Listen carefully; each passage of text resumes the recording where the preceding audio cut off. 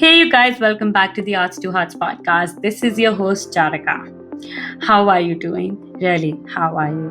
What are you feeling right now? Just check in with yourself. I want to remind you to, take care of yourself, who you are, what you're feeling, and if you need any kind of support, especially in your art practice, business, just always reach out to people you love, who support you.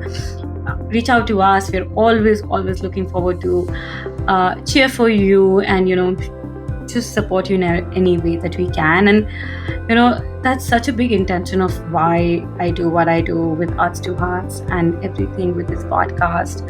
And today's episode is just, I am short of words. I think this is going to be one of the most loved episodes because that's how incredible this has been. I have had such a great time speaking to Emily, my beautiful friend, who's just so amazing. And she's helped me create this resource, which is again free for all. Anyone who's listening to this podcast today or in the future can have access to it for free.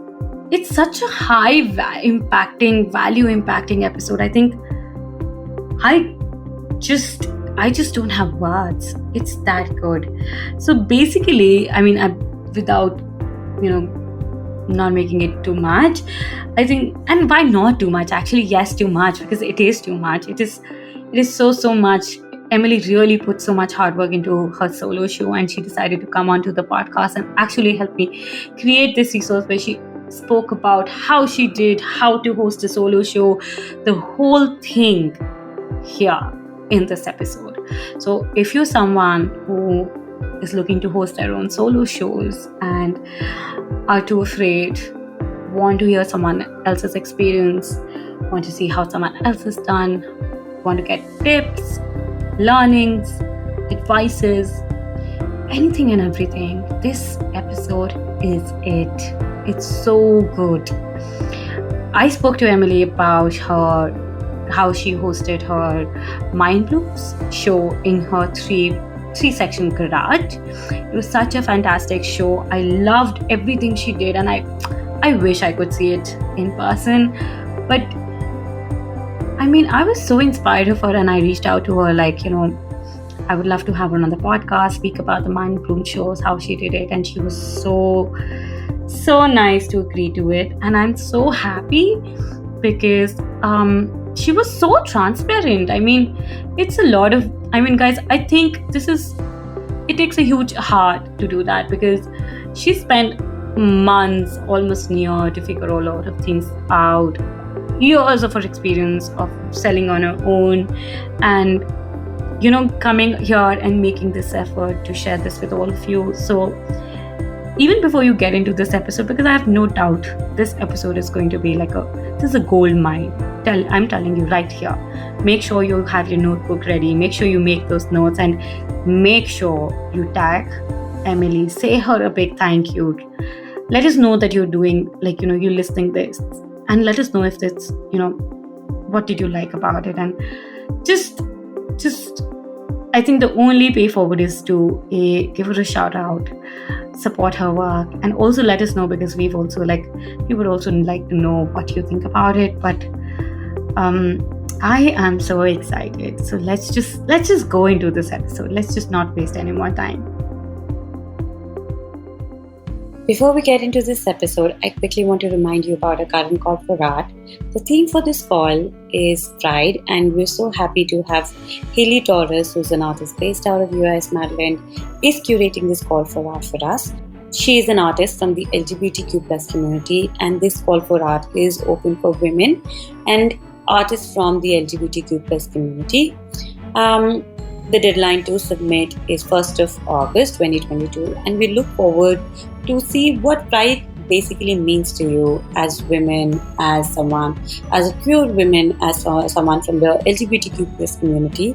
The submission for this call for art can be around topics of gender, sexuality, identity, and how we explore these themes and how we celebrate Pride in our own identity. as women, as someone from the LGBTQ plus community. We really look forward to curating this show. I think it's a very powerful theme, and we all have something really, really important to contribute to this.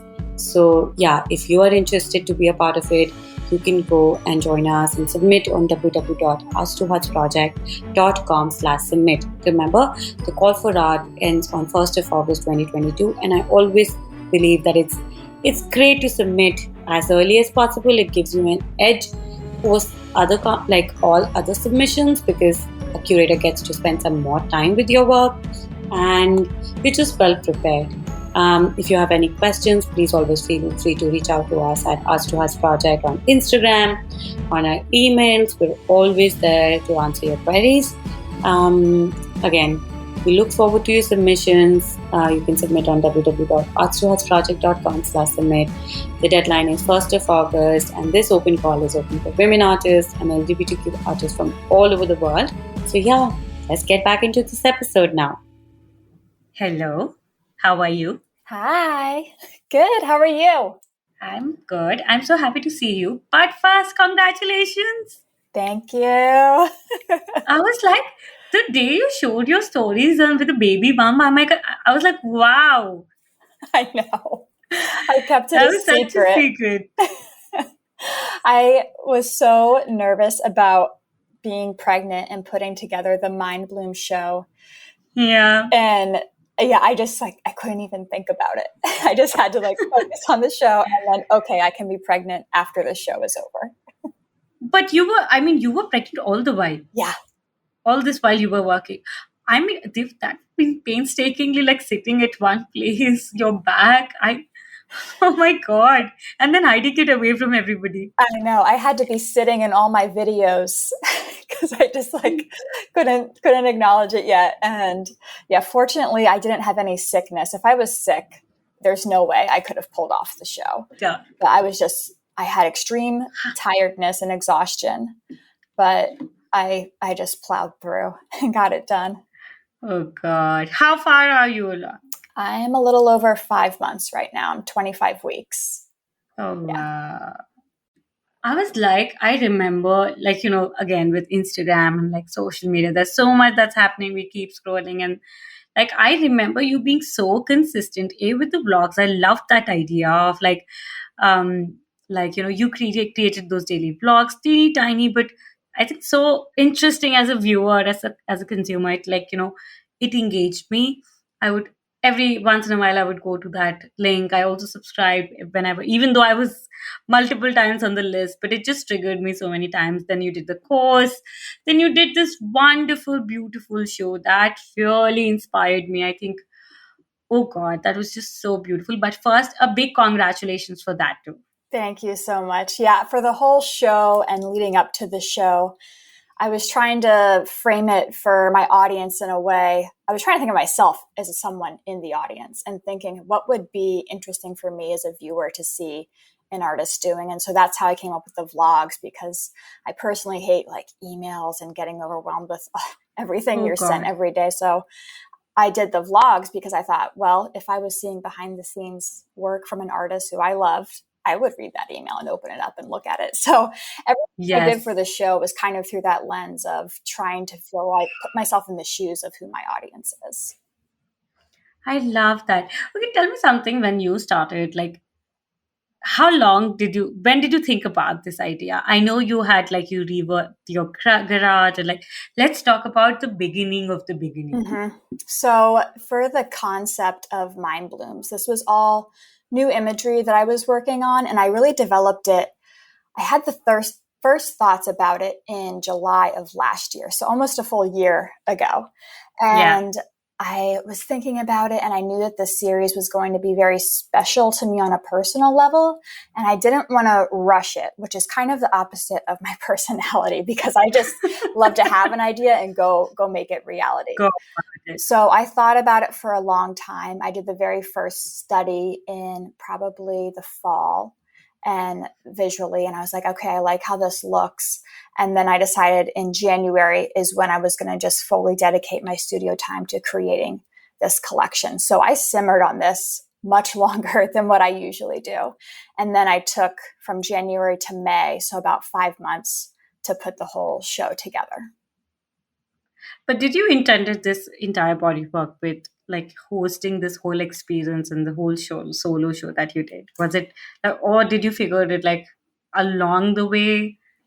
And what triggered you? I mean, I'm really interested in all Yeah, these questions. so previously I launched my work just through my own website and through Instagram, and it's purely an online experience. Especially during the pandemic, that of course was really the only option.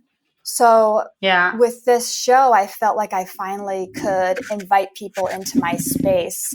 And we have a 3-car detached garage from our house, which is very excessive. We don't need it. But we bought the house for the garage really because my husband and I really saw a vision to turn it into a gallery space and a gathering space. So the yeah, timing was right kind of in 2022 where we could have people over. It's still primarily an outdoor event because it's in a garage space, but people would be comfortable to yeah, come out. And so I thought, let's just really create this as a art experience, kind of the first one that I'm doing that's not just in a digital space. And yeah, not only did I want there to be physical art people could see, but I wanted there to be a lot of interaction with the art because yeah, that you can't do online like you can in yeah, person. So that was kind of the big vision. And I work really well with having a strong end goal because that kind of fuels yeah. my daily studio time. So yeah, that was always what I had in mind for showing the work. Did you like, so when you started the, how, what happened first? Did you come up with mind blooms and then you thought, oh my God, this could be something I could do like a solo show? Or you thought like, okay, now it's the time is right. Let's do whatever I do. Let this turn into this big thing. Yeah, I think in the fall and like when I was first thinking about it, I felt like it was a very special concept. And so I knew it had the power to become something big. And so I just let my brain kind of cook on it and think about it. And then my thought was, I primarily saw my work just through myself. My thought was, can I put together an experience that's powerful enough that would bring interest from galleries or outside people who think, oh, if this is what she's putting together entirely on her own, she can fill a gallery or a showroom and, make a really powerful impact and really connect with the audience. So the show was to celebrate the collection and to celebrate the work, but also to kind of provide a foundation for my work as an artist on a professional level. And so that's why I had a videographer come and document the whole thing because it was really Yeah, important to document the experience yeah. and just capture that. Like you documented a lot of things, Yes. like your process, like you made these beautiful videos, and like even with the show, that was how hard. I mean, it. What I really loved about this show, it wasn't just like you said, it was so well done, so well documented, and so well strategized. Also, like you just did not make the work. You really like you pull together all the pre, post, in between parts, Mm-hmm. like how to reach, how to engage, how they put it together. Like I wish I could have seen it in person, but even then, I was so happy to see it virtually. Mm-hmm. Yeah. And so again, like that's just kind of me thinking of what's the most interesting thing for my audience and how will they be most connected with the work. And I'm personally most connected with work when I see the artist's story and the behind the scenes. So Yeah. I'm pretty intentional to be revealing that through the whole process. And then my other, I guess, secret superpower is that I am not a perfectionist. So I'm not afraid to, Oh wow, yeah, that, that that's such a nice thing to it hear. goes a long way. But it makes me, I'm not afraid to share my vlogs if they aren't perfect. I'm not afraid to be on Instagram stories if I haven't put my makeup on. And so having that, Listen, first tell me, your Instagram stories are really spot on. thanks. Like, what do you use? You have to tell me. Like, what is that secret? Like, you look this beautiful light, and like you look the same and like flawless, and like I'm like, what camera? What is she using? You have to share that It's my secret now. iPhone, iPhone I have the 13. same. Oh, Yeah. that's the Yeah. secret. But you also have like great light, I feel. And my desk right here is in front of a window. And so I only shoot in Okay. natural light. I don't have to work at That's the night. I used secret. to have to work at night, but I work primarily during the day. And so natural light is like the best. Like, even though, like, I'm not saying like you need to have the best of equipments for things, but like, it does, like, every time you come up on your shoot, like on your stories, and like I see, like, I think one thing I feel, I love the recall value. Like, I'm also talking as a brand person now. Like, I love the recall value because you look quite like your studio static, you're in one place. Like, I have that mind Mm-hmm. association. There's no distraction, and like there's perfect lighting, and I just feel like it was such, like, it's so well put, even though it does, you like, it's not so, like, you're not making that effort, but even in spite of that, it's so well put that it really puts focus. Mm-hmm. Yeah, I do try and keep what I share and where I share consistent, just so it feels like Yeah. if you're starting and stopping a movie or a TV show, that you're watching the same TV show. Yeah. So I am pretty consistent to shoot almost exclusively in my studio. And then if I happen to be in the yard, working with spray paint or something, then it's kind of like a little excursion trip. But I do try and keep We've it seen that. consistent, just so the Yeah. audience doesn't have to be like, okay, where is she again? What is she doing? But it's familiar. Okay, tell me something. What triggered, like, I mean, you could again choose not to do all of this and just create a body of work and do it again through the way that you were doing before. What really brought you to the idea of hosting your own solo show? I think it's because it was the easiest thing to do because I didn't need to be invited by a gallery. I didn't need to rent a space somewhere else. I had the physical space. So even though it's a lot of work, it was also the easiest and most accessible thing for me to do. And so I thought, And also, I think you had a control. Like, yes, you had all the control.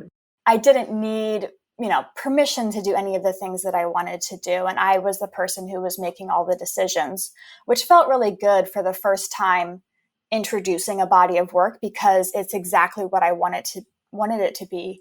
And it wasn't being influenced by someone else's, good intentions, even if they were, but it could change the course of how I wanted the work to be interpreted. What were your innovations when you thought? Like, I think we all, as artists, have wandered around the idea. I've been thinking about it for so long. So like, you definitely inspired me. Like, I was like, when you did that, I was rooting for you, and I was like, oh my god, this is amazing how you did it.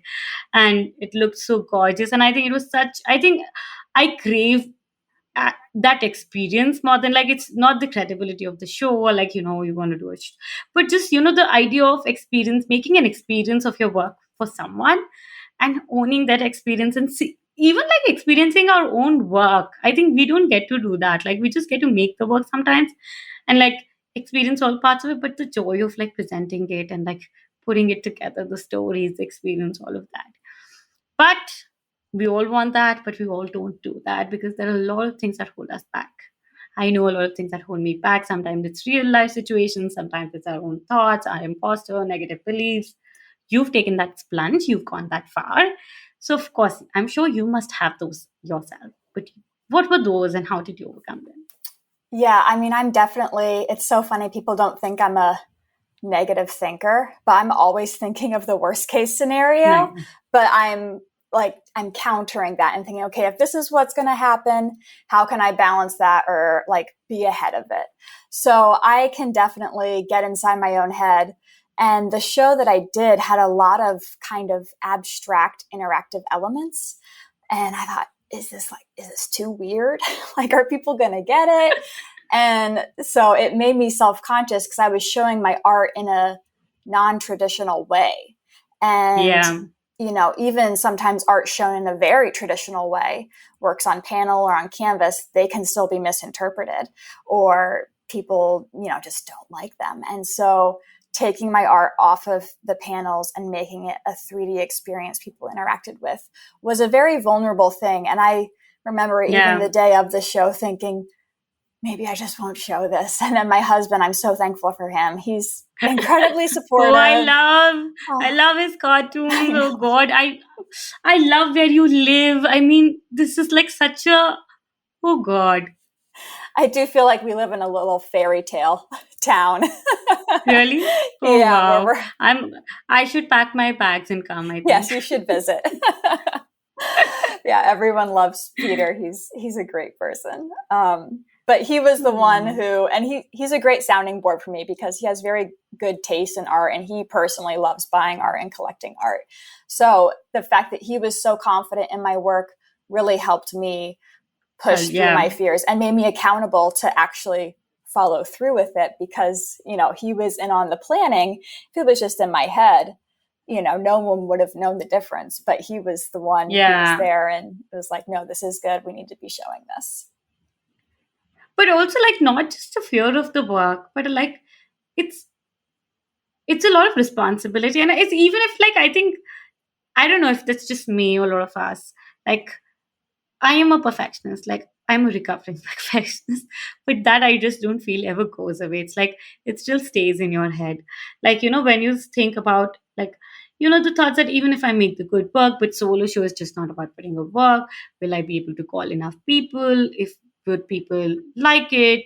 Um, will I even if you would the thoughts very very genuine and I'm not even discarding my feelings because we all feel that like also I think because it's also not so normalized, which it completely should be. I think there's so much beauty about artists owning their own solo shows. I think I've had a few. I just visited here recently and I love that idea. I think more of us need to do that, but there's so much fear like who will we invite, if people would come, will I sell, will I not sell, will they like, will they not like, am I too much, if it's too traditional, like every what were yours and how let's talk about what were yours and then how did you deal with them and how that panned out. Yeah, I definitely had fears that not a single piece would sell. And I had fears that no one would show up.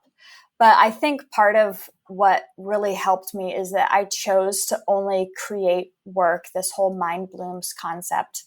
I only chose to create it because it was so personal to me and because it was so special.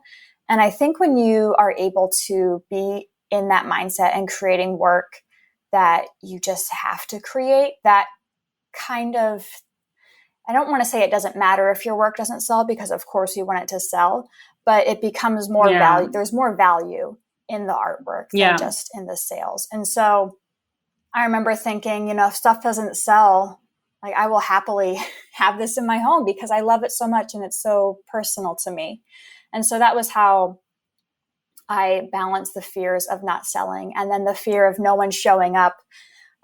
There's definitely that fear of, throwing a party and no one comes, of course. But Yeah. to me, it was more of, I have at least my solid, 10 friends who will be there because they want to be supporting the show and they believe in my Support. work. And I thought to myself, if this is nothing more than just a party with my friends, Then it's no that's fear. still a celebration, and Yes, it I love that is thought. still like crossing the finish line of completing the show. And I have the most important people there celebrating with me. And so that just kind of, even if it was true that no one would show up, I knew that I had a group of people who wanted to celebrate this show with me. And I so love having that that thought. truth along with the fear, I think is what, can keep you going and pushing through to just see it to the end. I love that. Okay, let's go over your planning part. Like, and you did not only put up works, like you experimented a lot. I loved your installation of the sculptures. Then you did that flip book. Then you did like, oh my god, I can't even recall so many things you did. Like, then you did that projector thing also. And all of this I've seen only virtually. I haven't really experienced it, so I've missed something. But that's how I'm compensating today.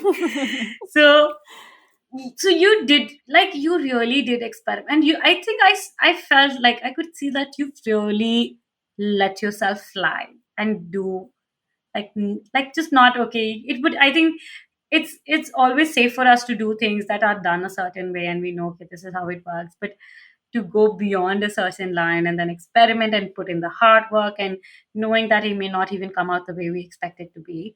And then you did the bar cocktails and like the counter, the installation, and then you did the videos, and then you also did the like the vlogs, and like it was a lot of work. It's a lot of work. Yes. Can you take us through like this whole journey? Yes. So, Also for someone who's also looking for starting their like, I think it'll be an actionable tip also for someone who wants to do their own solo shows, how they can plan better or push themselves. sure. So, in the very beginning, I established how many pieces of fine art, works on panel, I wanted to create, because that's really the artwork that people can purchase and take home and keep a part of the show. And then just from a like financial planning aspect, I needed to create works that would sell. So that was the core of the show. And those pieces also carried the theme of the show. So even if nothing else happened, those works on panel were the most important. And so I Yeah. prioritized them so that the show could be built off of that foundation. So once I had, I'm taking notes for myself also. yes. So once I had those works done, and I made those throughout the entire process, but I completed the core amount in the very beginning so I wouldn't distract myself, with all of the fun extras. I had those done in the beginning. And I also used Okay. the weekly vlogs as a tool to keep myself accountable, because I wanted to show up every week and give my email subscribers an exclusive vlog of me creating the show. And so it was, But did you talk about the vlogs? I remember seeing a bits of it, but I don't remember you talking about a show in those vlogs. But did you eventually yeah, like? I think in the very first one, maybe I shared that these vlogs were working towards a show in my garage, and it was every week was going to capture what I was doing. So in order to put out those vlogs, I had to actually be working in my studio to have the content for the vlog. Yes, So it's it was good absolutely. accountability. And all this while you were pregnant. Yes, exactly. Just me, just putting it out Yes. there. So, which was I'm at first I was like, oh my gosh, why did I say I would make these vlogs? Because I wasn't planning on being pregnant. And I'm like, how can I do this? But it pushed me to stay in the studio, even if it wasn't long Yeah. days, just a little bit. And then it was great encouragement for me, because at the end of the week, I put my footage together and I thought, even if I had a bad week and I had to go to bed early and take naps, I could see, wow, I You did still did something. stuff. Even though I was tired or I couldn't work as much as I want, I still was able to put stuff together. And so it became really encouraging for me to look at every single Friday. So that's how the vlogs were like accountability and encouragement for myself through this whole process. And then as far as all of the interactive stuff between the flip books and the sculptural concrete things, a huge part of my studio practice is I just love experimenting, and I love Fermenting. not knowing what's going to happen and how things are going to work Yeah. out. Because once I figure something out, I tend to get a little bored with it. But Yeah. I, I get you. yeah.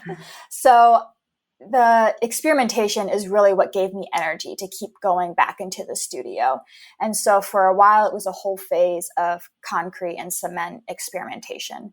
And how can I make these garden sculptures to go along with the garden theme of the whole show? And then a part of my practice is I make stop motion videos that I post on Instagram. Yeah. And those are really just, I kind of feel like I'm getting away with something when I do those, because I can't sell I mean, I guess I could make an Yeah. NFT, but I like, Yeah. Yeah. people can't really hold on to those in the same way they can hold on to a piece of art. But I love making them because they're so playful, and I think they give more life and meaning to my art. And so I was thinking maybe I show videos at the show, and then I recalled flip books, which I made those as a kid. I thought, oh, these are perfect for flip books.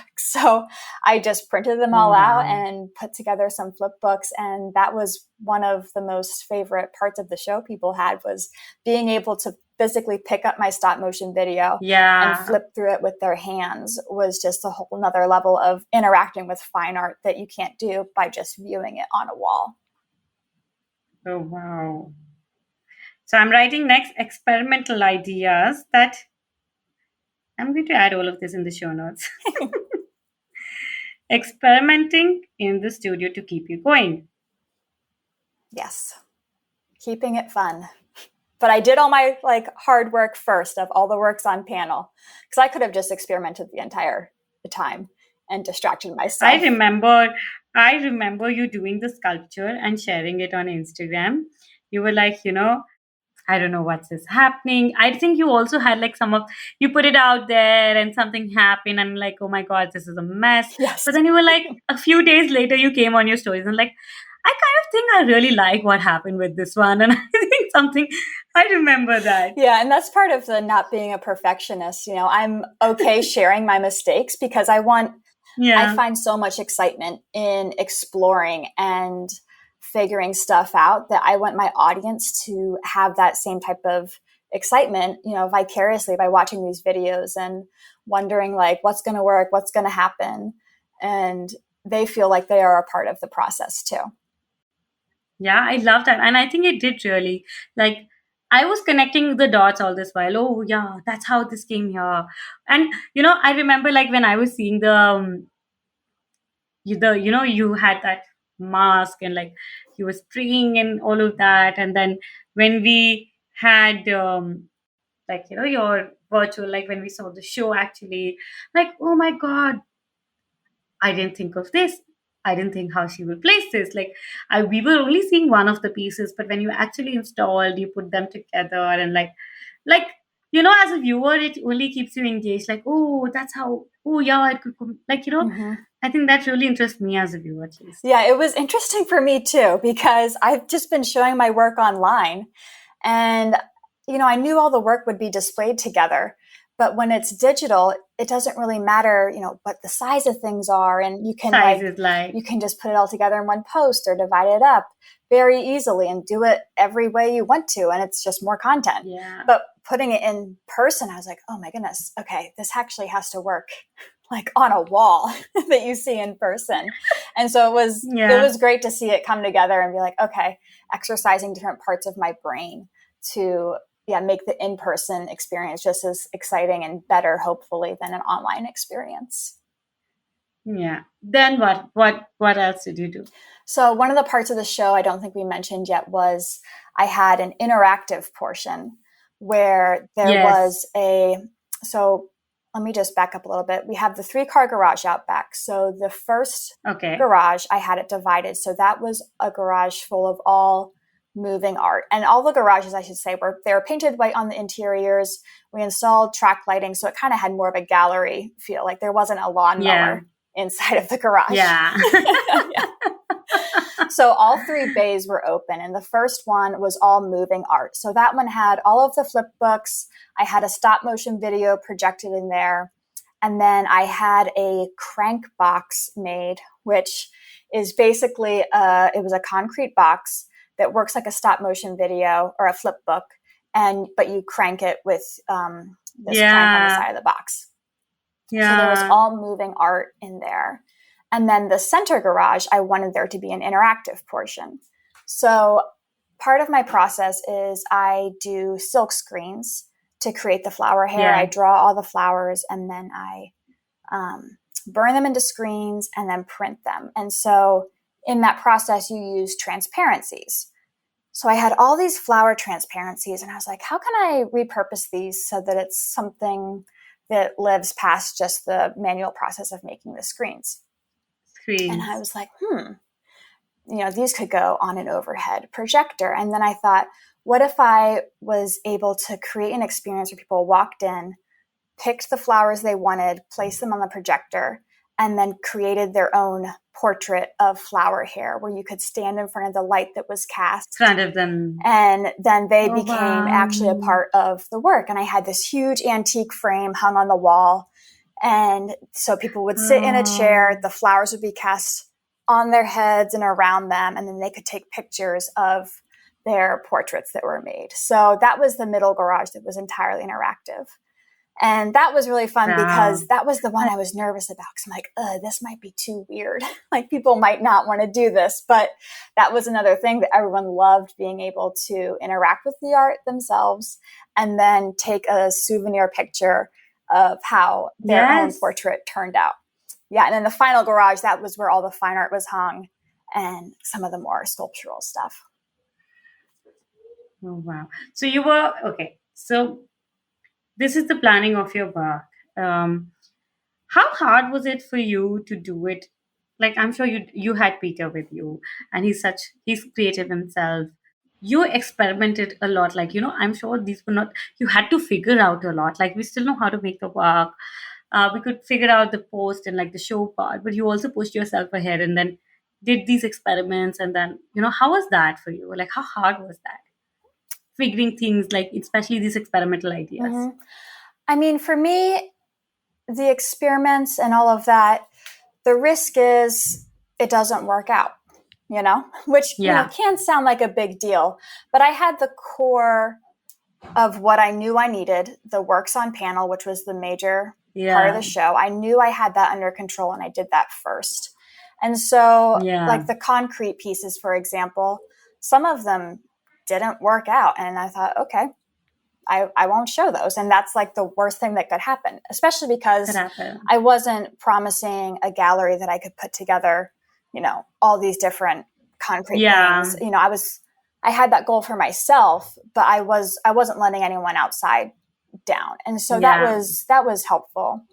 And, again, if the flip books didn't work out, okay, I don't show them, and maybe we just use 2 garages, and that's okay. And I think part of the like having that leniency with yourself of here's the goal, let's try and shoot for it, Yeah. and if it doesn't work out, it doesn't work out. But also with that, here's the goal, and I can exceed that goal, and I can, once I start experimenting, it can go even better. And so I think it's being open to letting things go that don't work out and then embracing what ends up working out, which is kind of the whole I'm seeing all concept. the advantages of I'm seeing all the advantages of not being a perfectionist. It's so Oh good. my god. Like this head of ours, like sometimes, oh god, I'm like, why can't you just shut up? Yes.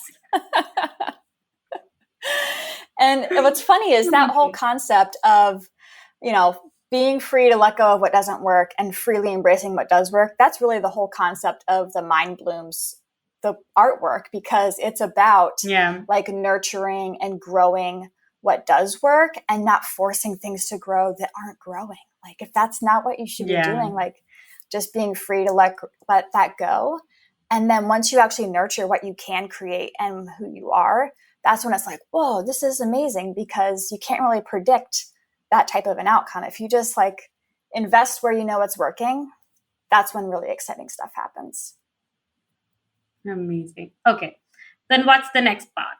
Then let's say you did like how much of pre-planning did you do for like you were making all of these works? Um, did you need to do more pre-planning when it came to placing these work and installing, or did you just figure it when you were doing it? Yeah, so fortunately, I had a professional videographer come to document the entire show, and he was there. Oh, that's a great idea. Yeah, that was We need your great. tips. That was really great. And he's someone who, fortunately, I had worked with professionally. I had styled a bunch of shoots for him, and so we work well together and really trust each other. And he's just great at capturing a vision. Bud Heyman, he's my guy. So he came 2 weeks before the show opening, Okay. which made me nervous Okay. because I thought I might not have enough time to make all the work I want to make. But having that deadline pushed up really helped me, because then the 2 weeks leading up to the show, I could make the minor adjustments that I thought, okay, this was okay on camera because we could kind of like fake the layout, but in person, it needs to be altered a little bit. And then it gave me time to do. So when you recorded, if someone who's doing a solo show, I really like the idea of how your videos were just not the installation, but your process and different stages. Mhm. So how do you like even and being on budget is a big thing for all of us when we're doing things on our own Mhm. because we only have so much. And hiring someone, bringing someone else Sure. to it all comes with a lot of pre-planning and clarity of how you want to do certain things. So how did you make it show like how did you make sure that your video has parts of both, and what is the right time and how many times should you bring a videographer and all of that? So my recommendation for bringing on a photographer or videographer. I mean, photography is kind of, it's important to document your work all the time because if it sells, you do not have that opportunity to document it anymore. But for something special like a videographer, my advice to artists is, okay, why do you want the video? Like, why do you want the video? For me, I wanted the video so that I could be showing that to galleries and saying, this is the experience I can create. And I wanted the video to be, if someone has never seen my work before, let's educate them a little bit of who I am and how I make, and then let's show them the full experience. So it's kind of a complete story. And so I had a very specific reason why I wanted this video. And then how are you going to share it? How are you going to use this video? So why and how. So I knew my why. And then how is, okay, this has to be on my website for sure. I can be putting this out on Instagram. I can be putting it on YouTube. And so having a plan of like, why do you want this? Why is it important? Yeah. And then how are you going to use it? Because sometimes you can invest a lot into a video or photography and then have no plan of how you want to share it or even why you want to share it, because you're like, for photography, you're given a whole file folder of images. You're like, what do I do with this? So having that like understanding of why you want it and then how you're going to use it is really crucial, because you could just spend, endless money and time, because it takes a lot of time to do that stuff. And it may not be the wisest thing for you to do. So that's my advice with that. So how did you break it for yourself? How many times did you bring in your photographer? He just came one day, and it was probably a half day of shooting. But beforehand, I had the entire set up. So he wasn't really there for any of that. And because I do have a background in styling for video shoots and photo shoots, I had a vision of, okay, here's the key elements to what we have to capture. But again, because I'm not a perfectionist, it's that balance of here's the essentials, but then let's see what happens on set, because some really organic and beautiful things can come out of that. And you also have to know your videographer and photographer as well, because some people will not like that freedom. My friend Bud, who's my videographer, he loves having creative freedom and like, oh, this is awesome. Maybe we could shoot it this way. Like at one point he had a ladder and was up in the rafters of the garage because he wanted the specific angle. And he was really passionate about capturing the my process of creating, which I was kind of less passionate about, but I'm so glad that he really pushed that end, because it tells the more complete story of who I am and how this all came together, especially for people who don't know my work. It's very important. Okay. So then you documented like a preview of your process, and you also called in a videographer on the day that you installed? He came... Like your actual day? Yeah. I think I installed on a Friday, and he came on Monday and shot the whole thing. Yeah. So 2 days, like your process and your final installation. So that's anyone you want to show this project to can have high idea of both how to do it, how you did it, how it would look like. Mm-hmm. Right? Yeah. And so then next. Yeah. So then after all the videos were done, the show was up. And so I didn't have to do a whole lot of work setting up the show the day of. But there was details like gallery cards for all of the pieces. And I do a QR code system where I have all of the pieces. They're listed for sale on my website. That way I don't risk someone buying online and then buying in person, and there's like 2 people bought the piece. So basically when you install your piece, anyone scans a QR code and directly buys it online? Yeah. Yep. It all just goes right through my website. And like, fortunately, it was a great day for sales, because I actually launched the collection for sale on a Thursday night to my email subscribers. Then I made the collection live for everybody on a Friday.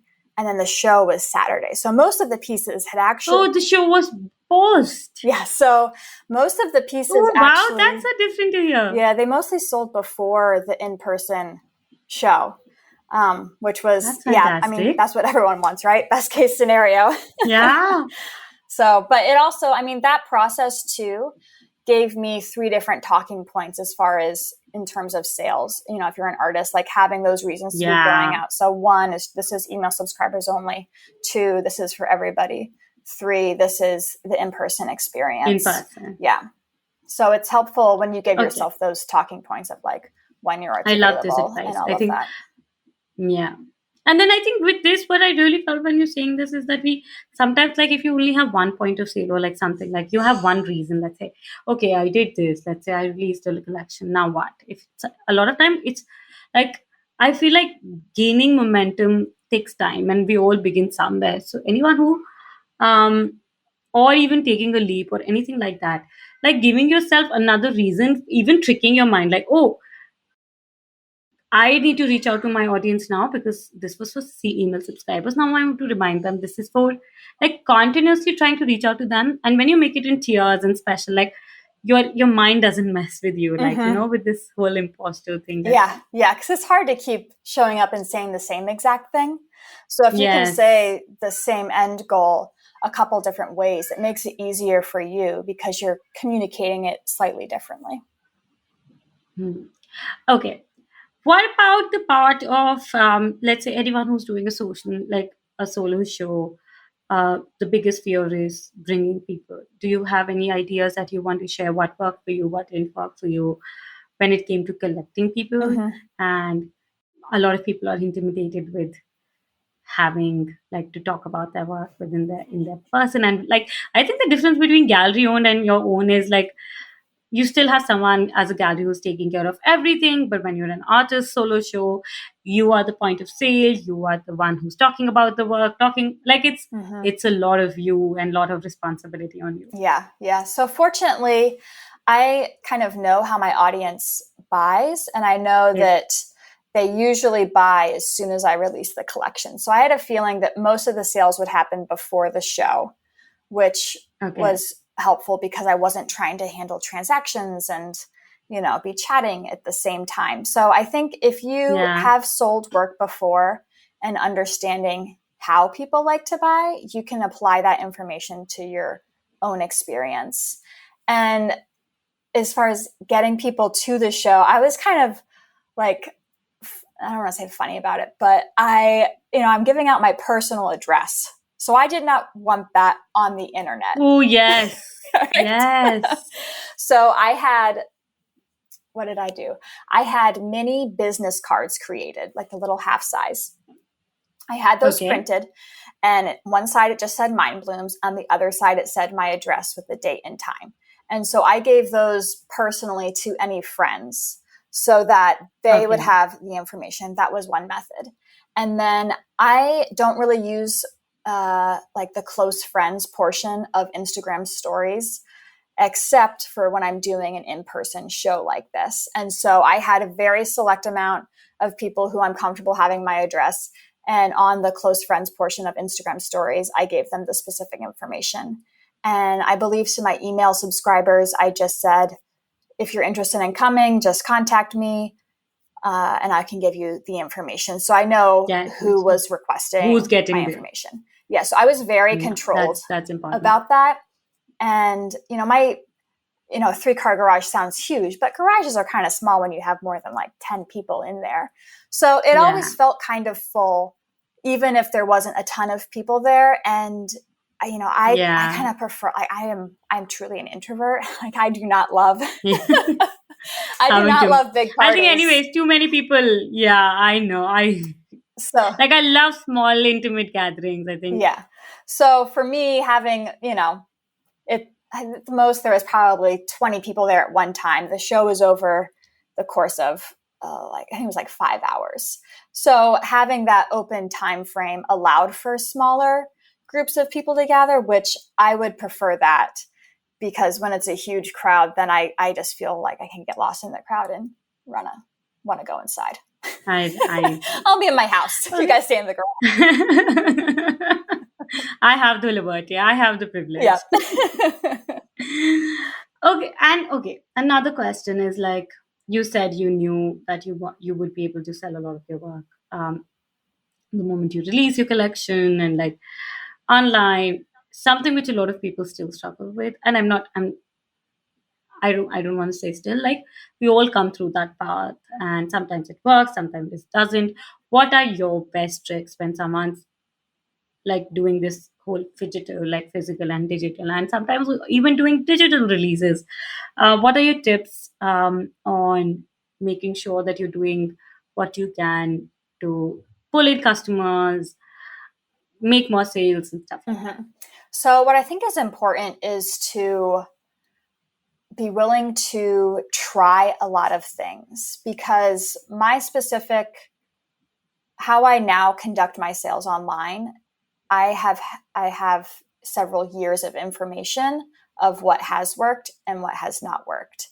And when something doesn't work, I think it's important to, instead of blocking it out and shutting it down, identifying what was different about this sale and why did it not work. Yeah. Because it might not be the artwork. It might be that you tried to release something on Small Business Saturday, which sounds like a great idea in November because it's a huge buying time. But you also have to realize that tons of other people are also A lot of releasing competition. on Small Business Saturday. And so that was a lesson I learned, where I did not sell as many as I probably could have when I released the collection several years ago on Small Business Saturday. And I thought, well, every other maker and small business owner is doing the exact same thing. And so there's a ton of distraction and people have to choose what they want to buy. So that was information that I took. Okay, releasing on those type of national days or near holidays, it's not the best time to do that. And so for me, I love that. I thought, okay, I'm not going to do that again. And I've also learned that typically for me, the day of the week is very important. So Fridays are for sure my best day to release a collection. And so I only release work on Fridays. Do it. Yeah, because I've tried other days of the week and it's not the same. So that could differ for your audience, though, depending on who you're selling to and what you're doing.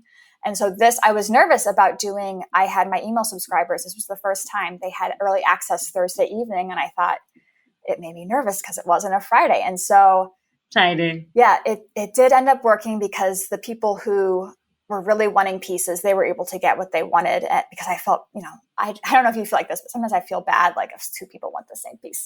So I'm like, okay, at least I'm giving you early access. And then I did my normal release on Friday. So when something good happens with a sale, like list out everything, all the reasons why you think it was good. Was it a Friday? Was it, not near a holiday? Oh, love that advice. Like, why did this work out? And I think it's important to, it's not only when you release it, what happens, but what did you do before the sale? And, maybe one time you shared a lot more on your stories, or you posted every day leading up to the sale. And if you saw a boost in sales, make a mental note of that. And so, it's time consuming and tedious to continually be, okay, let's do this as a test round and see what happens. But having several years of releasing small collections and just objectively observing the information and trying not to take it personally has given me the information how I can have my best sale. I love that idea. What else do you want to share? What was your biggest learning all of this?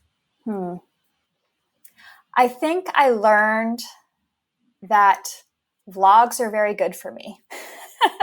Doing the vlogs. I think I really love that idea. Yeah. I and they were helpful for me and they were helpful for my audience. And if you can nail down from something from your studio practice that is helpful for you and your audience, that's gold. Great. That's gold, because that's what's gonna be sustainable. But how do you make it like a lot of people? Like even sometimes I bought a camera, and then for the past a lot of months I've been in between. So for me, it's a very tricky situation. But a lot of times people who even have like a place, like setting up the camera, the recording, like all of that feels like a struggle.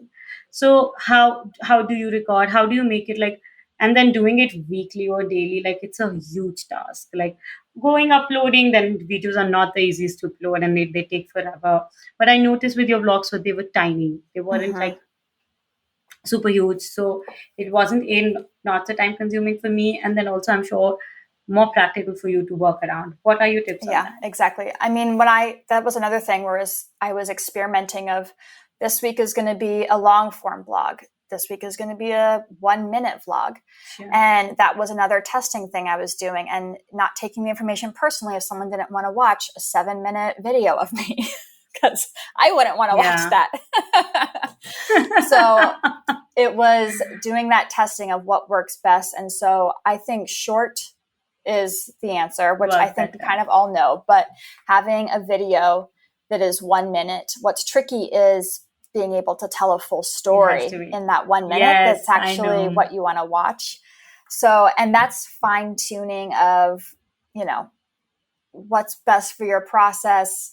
But I would say a 1 minute vlog and having a clear beginning and a clear end is important, so that it feels like someone has watched something to start to finish, and they feel like Yeah. they've seen a process come together, or they've learned something. The middle, I just have choppy process of whatever I happen to capture. But having a clear, whether it's showing your blank canvas at the beginning and then showing the finished piece at the end. Something you made. Yeah, just have a clear Progress. bookends to the video. And Yeah. again, And don't were be you a recording with your perfectionist. phone? Yeah, it's all with my Oh, phone. I wish. Don't be a Wow. perfectionist. That's the I number think one. I think your phone has paid off a lot of Oh, it's worth every work for penny. you. Because I think even with I all this while I thought you were shooting on a camera No. because the quality was so good. And that's what makes it so easy, is because I don't have a big setup. This is what I do. I'm working. Ooh, that looks interesting. I take a quick video and then I go back to working. And then if there's Yeah. ever something interesting visually to me, I just take a video, and it's probably 5 seconds. And Yeah. this is a good tip too. Don't film your whole studio process, Yeah. because then you got to edit all that content A lot of and footage. rewatch it. And I don't want to do that, and I don't really have time to do that. So just taking those 5 second clips it'll make your Makes life way such a great easier. advice. Yeah. And where were you hosting these videos? What website platform are you using, if anyone, or you know, I remember you sending those in links in an email. Mm-hmm. I think you also use Squarespace. I don't know. I Yeah. mean, you gave away all. You guessed right. So I put my videos on YouTube because it wasn't important to me that they were private or exclusive. And I feel like YouTube is a platform that I need to be investing more time on. So I thought, okay, this is an easy solution. I will put them on YouTube. They'll be hosted there. And then with my Squarespace site, I can put the link into my To vlog the format. YouTube. And yeah, it'll play it through my website. It'll play it on YouTube through my website, so that people kind of have a cohesive branding experience by staying on my site. Yeah, and later on, even if you want to expand on your YouTube and then redirect more people, even if that builds up for you. Mm-hmm. Yeah, yeah. Absolutely. So this was your post. Any other tips that can break or make when people are doing things on their own? Like anything else that you feel is important that I haven't asked? So something that I think is 101. How to own your show yeah. 101 with Emily Murray. What was I very love this. I can't tell you how much I love this episode Oh, right good. now. I'm so glad. I think it's very important to tell your audience what you're doing. If I hadn't told my Yeah. audience in January, I am working towards a show in May, people would watch me create content, maybe hopefully stay engaged, but not really know why I was doing everything. But because I had told people I am doing a show in May, and then every time I posted about the show or about the work I was making, I would somehow include, this is for the Mind Bloom show in May. Yeah. So that everyone knew exactly what was happening.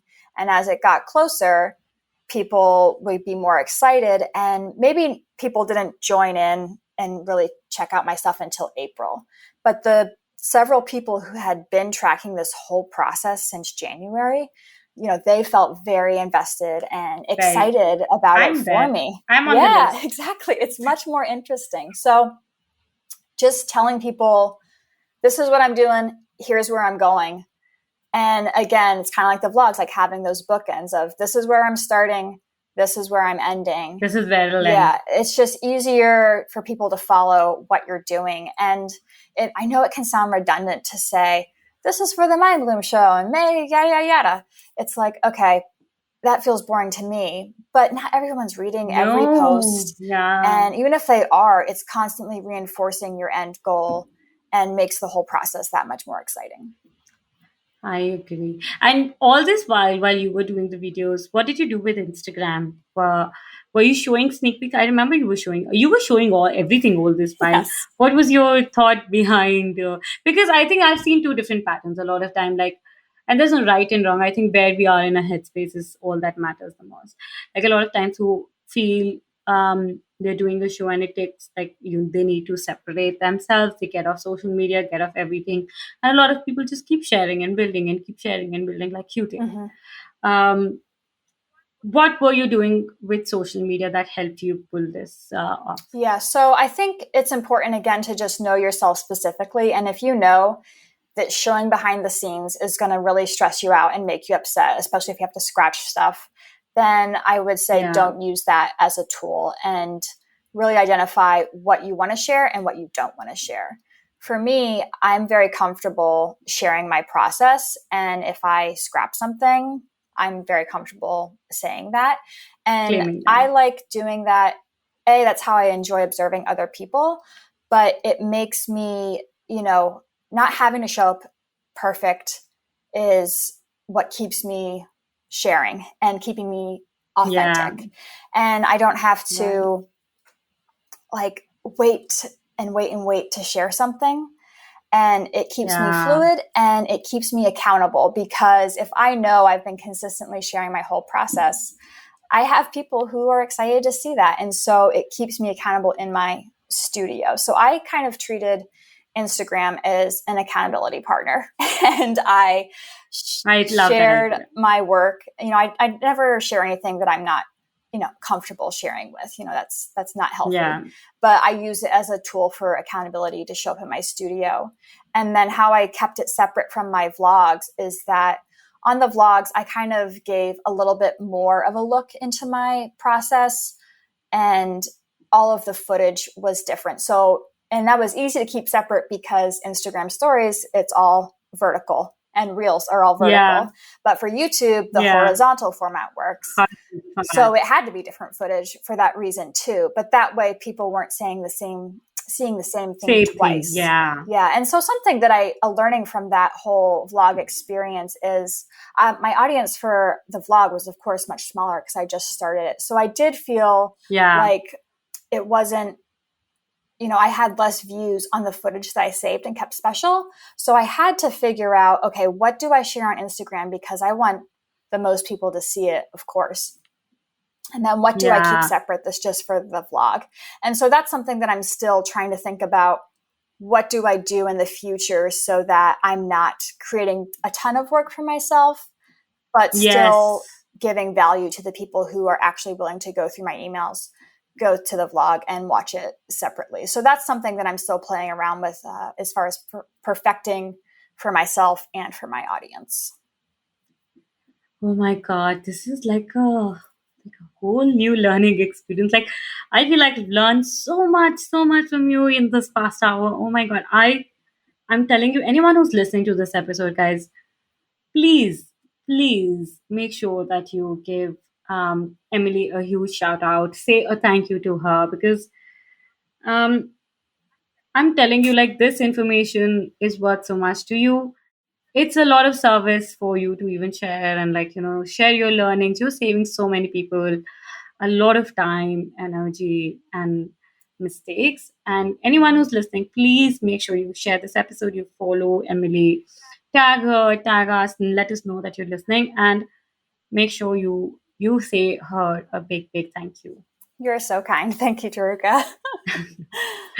I am so proud of you. I seriously, I really enjoyed the entire process, and I think a lot of times, even because in that process, like in the past 1 year, my whole work, like I've struggled a lot when it came to my own practice because first I wasn't in the mind space, then I've been struggling with location, with having my life all over the place, and and every time I would see you, and I like when you have this vision, like you see someone and like, okay, this is I will go through these hard times so that I can come here, I can do this.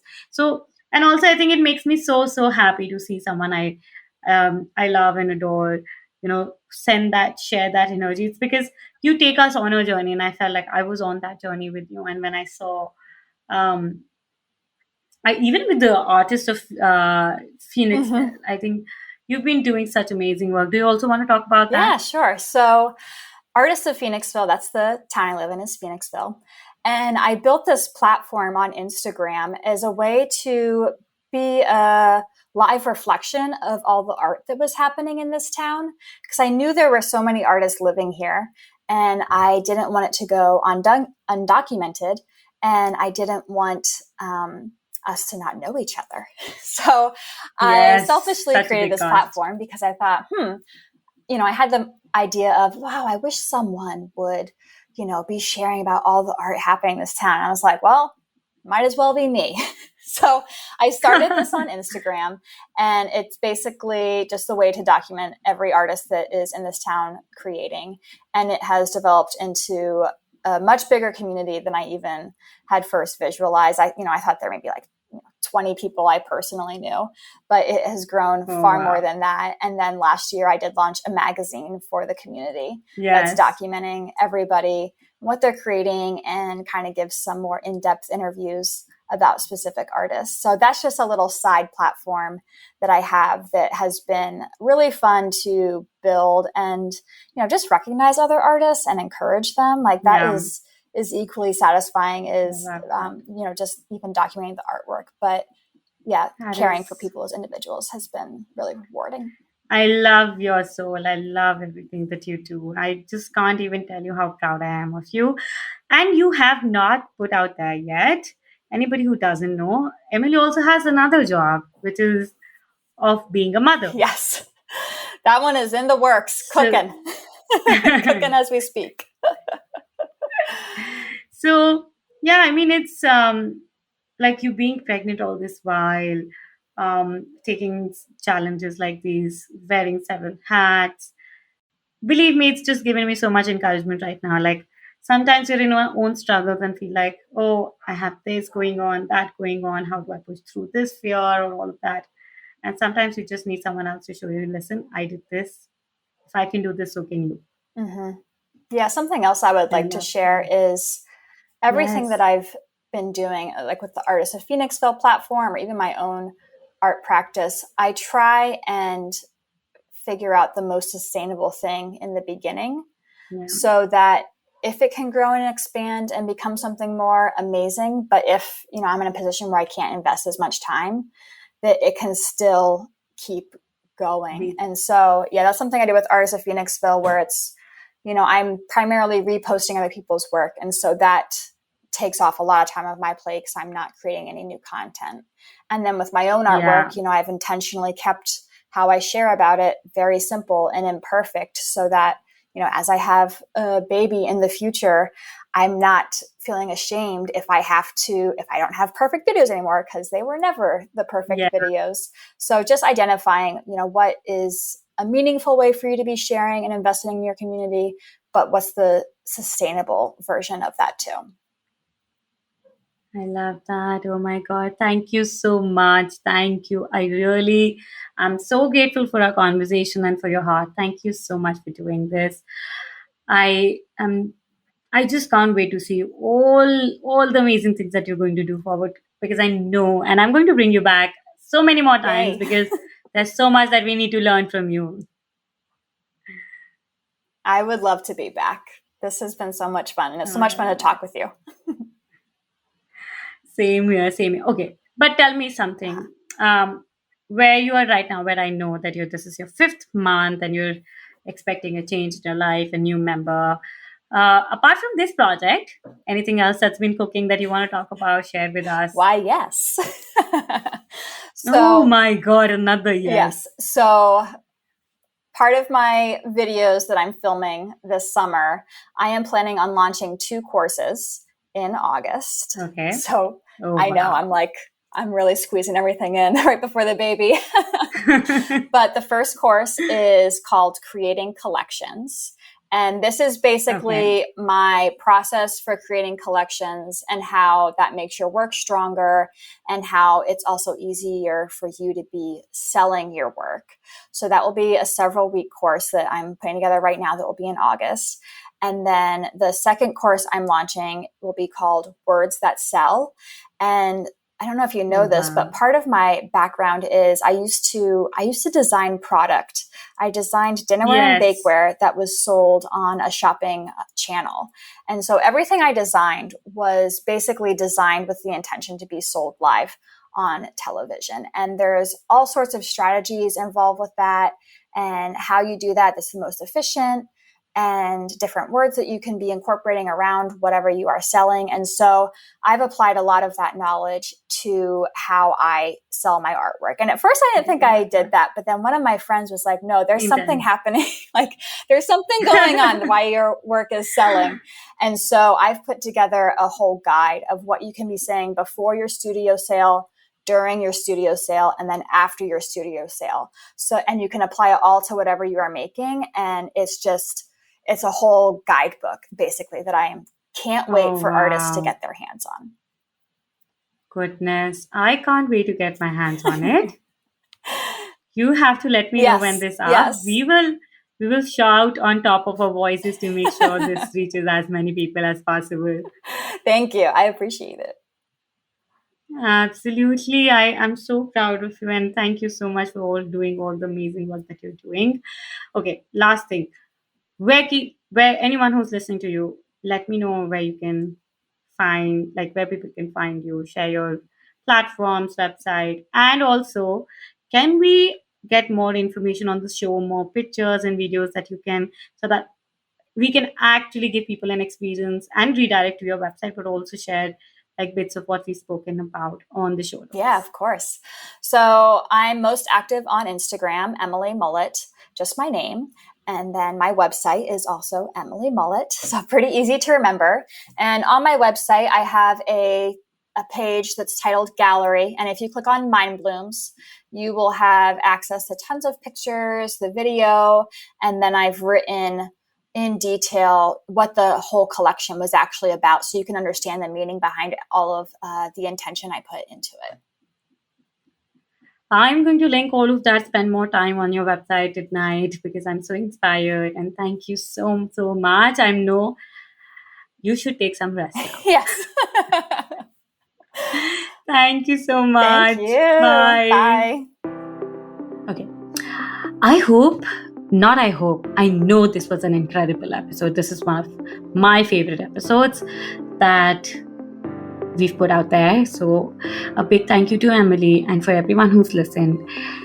Please help us by leaving us review on Apple, Spotify, wherever you listen to this podcast, to help us make more resources and episodes like these. Share it on your stories, tag us, leave us a review, share it with your friends, but just help us make this more possible. So I will see you in the next episode. In the meanwhile, I look forward to listening and chatting with you on social media. Reach out to me on Charukar or on Instagram, info at like Hearts to Hearts Project on Instagram, or drop us an email, and I'll see you soon. Bye.